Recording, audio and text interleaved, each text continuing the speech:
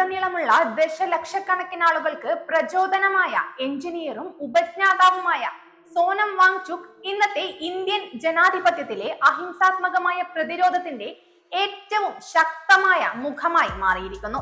-Degree തണുപ്പിൽ സൈനികർക്കായി solar വീടുകൾ നിർമ്മിക്കുന്നത് മുതൽ ഐസ് സ്തൂപങ്ങൾ രൂപകൽപ്പന ചെയ്യുന്നത് വരെ പ്രായോഗികമായ പ്രശ്ന പരിഹാരങ്ങളിലൂടെയാണ് വാങ്ചുക് ശ്രദ്ധ നേടിയത്.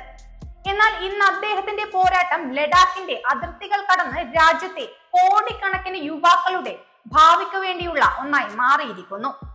ലഡാക്കിന്റെ ഭരണഘടനാ അവകാശങ്ങൾക്ക് വേണ്ടിയുള്ള പോരാട്ടവും നീറ്റ് പരീക്ഷാ ചോർച്ചയിൽ പ്രതിഷേധിച്ചുയർന്നു വന്ന യുവജന മുന്നേറ്റങ്ങളും എങ്ങനെയാണ് ഒന്നുചേർന്നത്? എന്താണ് കോക്രോച്ച് ജനതാ പാർട്ടി സംഘടിപ്പിച്ച പടുകൂറ്റൻ സംസദ് ചലോ മാർച്ച്? നമുക്ക് വിശദമായി പരിശോധിക്കാം. 2019 ലഡാക്കിനെ കേന്ദ്രഭരണ പ്രദേശമാക്കിയ പുനഃസംഘടനയ്ക്ക് ശേഷം സ്വന്തമായി നിയമസഭയോ ഭരണഘടനാപരമായ സംരക്ഷണങ്ങളോ ഇല്ലാതെ ഹിമാലയൻ പരിസ്ഥിതിയും പ്രാദേശിക സംസ്കാരവും വാണിജ്യപരമായ ചൂഷണങ്ങൾക്കിരയാകുമെന്ന് അവിടെയുള്ള ജനങ്ങൾ തിരിച്ചറിഞ്ഞു. Leh Apex Body, Kargil Democratic Alliance എന്നിവയോടൊപ്പം വാങ്ചുക് പ്രധാനമായും 4 ആവശ്യങ്ങൾ ഉന്നയിച്ചു.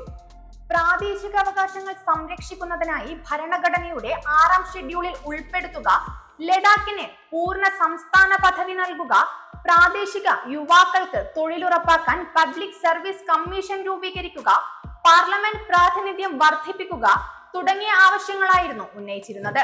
21 ദിവസത്തെ കാലാവസ്ഥ ഉപവാസങ്ങളിലൂടെയും 1000 കിലോമീറ്റർ കാൽനട ജാഥയിലൂടെയും ഗാന്ധിയൻ മാർഗങ്ങൾ ഉപയോഗിച്ച് വാങ്ചുക് ഈ വിഷയങ്ങളെ ദേശീയ ശ്രദ്ധയിലേക്ക് കൊണ്ടുവന്നു. അതേസമയം രാജ്യത്തുടനീളം നീറ്റ് ഉൾപ്പെടെയുള്ള ദേശീയ മത്സര പരീക്ഷകളിലെ പരീക്ഷ ചോർച്ചയിലും ക്രമക്കേടുകളിലും പ്രതിഷേധിച്ച് കോടിക്കണക്കിന് യുവാക്കൾ തെരുവിലിറങ്ങി. ഒരു നിയമ പോരാട്ടത്തിനിടയിൽ തൊഴിൽ രഹിതരായ യുവാക്കളെയും പ്രവർത്തകരെയും സമൂഹത്തിലെ പാറ്റകളെന്ന് അധിക്ഷേപിച്ചതിൽ പ്രതിഷേധിച്ച് രൂപം കൊണ്ട കോക്രോച്ച് ജനതാ പാർട്ടി ഈ വിദ്യാർത്ഥി പ്രതിഷേധങ്ങളുടെ മുന്നണി പോരാളികളായി മാറി. താൻ ഒരു ഓണററി കോക്രോച്ച് ആണെന്ന് പ്രഖ്യാപിച്ചുകൊണ്ട് സോനം വാങ്ചുക് ഈ വിദ്യാർത്ഥി കൂട്ടായ്മയ്ക്ക് പൂർണ്ണ പിന്തുണയും പ്രഖ്യാപിച്ചു. വിദ്യാഭ്യാസ മന്ത്രാലയത്തിന്റെ പരാജയങ്ങൾക്കെതിരെയും ലഡാക്കിന്റെ ഭരണഘടനാ അവകാശങ്ങൾക്ക് വേണ്ടിയും വാങ്ചുക് ജന്തർ മന്ദറിൽ അനിശ്ചിതകാല നിരാഹാര സമരം ആരംഭിച്ചു. എന്നാൽ 20ഓളം ദിവസത്തെ ഉപവാസത്തിന് ശേഷം അദ്ദേഹത്തിന്റെ ആരോഗ്യം വഷളാവുകയും ആശുപത്രിയിലേക്ക് മാറ്റപ്പെടുകയും ചെയ്തതോടെ സമരം രാജ്യവ്യാപകമായ ഒരു പ്രതിഷേധമായി മാറി. സോനം വാങ്ചുകിന് പിന്തുണ പ്രഖ്യാപിച്ചുകൊണ്ടും വിദ്യാർത്ഥികളുടെ ആവശ്യങ്ങൾ ഉന്നയിച്ചുകൊണ്ടും കോക്രോച്ച് ജനതാ പാർട്ടി ഡൽഹിയിൽ ചരിത്രപരമായ സംസദ് ചലോ പാർലമെന്ററി മാർച്ച് പ്രഖ്യാപിച്ചു. രാജ്യത്തിന്റെ നാനാ ഭാഗങ്ങളിൽ നിന്നെത്തിയ 10,000കണക്കിന് യുവാക്കൾ ഡൽഹിയിൽ തടിച്ചുകൂടി. പ്രധാനമായും 4 ആവശ്യങ്ങളാണ് അവർ മുന്നോട്ട് വച്ചത്. പരീക്ഷാ ചോർച്ചയുടെ ഉത്തരവാദിത്തം ഏറ്റെടുത്ത് കേന്ദ്ര വിദ്യാഭ്യാസ മന്ത്രിയുടെ രാജി, പരീക്ഷാ ക്രമക്കേടുകൾ മൂലം ജീവൻ നഷ്ടപ്പെട്ട വിദ്യാർത്ഥികളുടെ കുടുംബങ്ങൾക്ക് നഷ്ടപരിഹാരം, സോനം വാങ്ചുകിന്റെ മോചനവും ജനപ്രതിനിധികളുമായുള്ള ചർച്ചയും, ലഡാക്കിന്റെ 6ാം ഷെഡ്യൂളിലുള്ള ഉൾപ്പെടുത്തൽ, പോലീസ് തടസ്സങ്ങളും ബാരിക്കേഡുകളും മറികടന്ന് മുന്നേറിയ പ്രതിഷേധക്കാരെ നേരിടാൻ ഭരണകൂടം ലാത്തിചാർജ് ഉൾപ്പെടെയുള്ള നടപടികളിലേക്ക് കടന്നു. എങ്കിലും സർക്കാരിന് കേന്ദ്രമന്ത്രിതലത്തിൽ തന്നെ CJP പ്രതിനിധികളുമായി ചർച്ചകൾ നടത്തേണ്ടി വന്നു. പരിസ്ഥിതി സംരക്ഷണം, പ്രാദേശിക സ്വയംഭരണം, വിദ്യാർത്ഥികളുടെ ഭാവി എന്നിവ ഒത്തുചേർന്ന ഈ പ്രക്ഷോഭം ഇന്നത്തെ ഇന്ത്യൻ ജനാധിപത്യത്തിൽ ഒരു വലിയ വഴിത്തിരിവാണ്.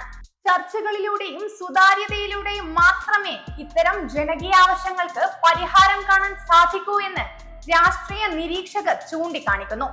ആക്ഷേപങ്ങളെയും പരിഹാസങ്ങളെയും ഒരു വലിയ ജനകീയ മുന്നേറ്റമാക്കി മാറ്റിയ ഇന്ത്യയിലെ യുവാക്കളുടെ സംഘടനാ ശേഷിയാണ് ഈ സമരം തെളിയിക്കുന്നത്. ഹിമാലയൻ പരിസ്ഥിതിക്ക് വേണ്ടിയാകട്ടെ, അല്ലെങ്കിൽ രാജ്യത്തെ കോടിക്കണക്കിന് വിദ്യാർത്ഥികളുടെ ഭാവിക്കു വേണ്ടിയാകട്ടെ, സോനം വാങ്ചുകിന്റെയും CJPയുടെയും ഈ പോരാട്ടം ഭരണകൂടത്തോട് ശക്തമായ ചോദ്യങ്ങളാണ് ചോദിക്കുന്നത്. വിദ്യാഭ്യാസ പരിഷ്കരണങ്ങളെയും ലഡാക്കിന്റെ ഭരണഘടനാ അവകാശങ്ങളെയും കുറിച്ച് ഉയർന്നു വന്ന ഈ ആവശ്യങ്ങളെ കുറിച്ച് നിങ്ങളുടെ അഭിപ്രായം എന്താണ്? താഴെ കമന്റ് ബോക്സിൽ രേഖപ്പെടുത്തുക.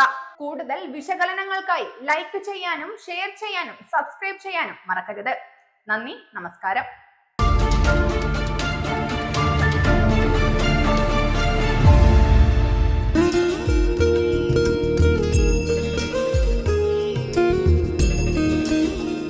മലയാളം.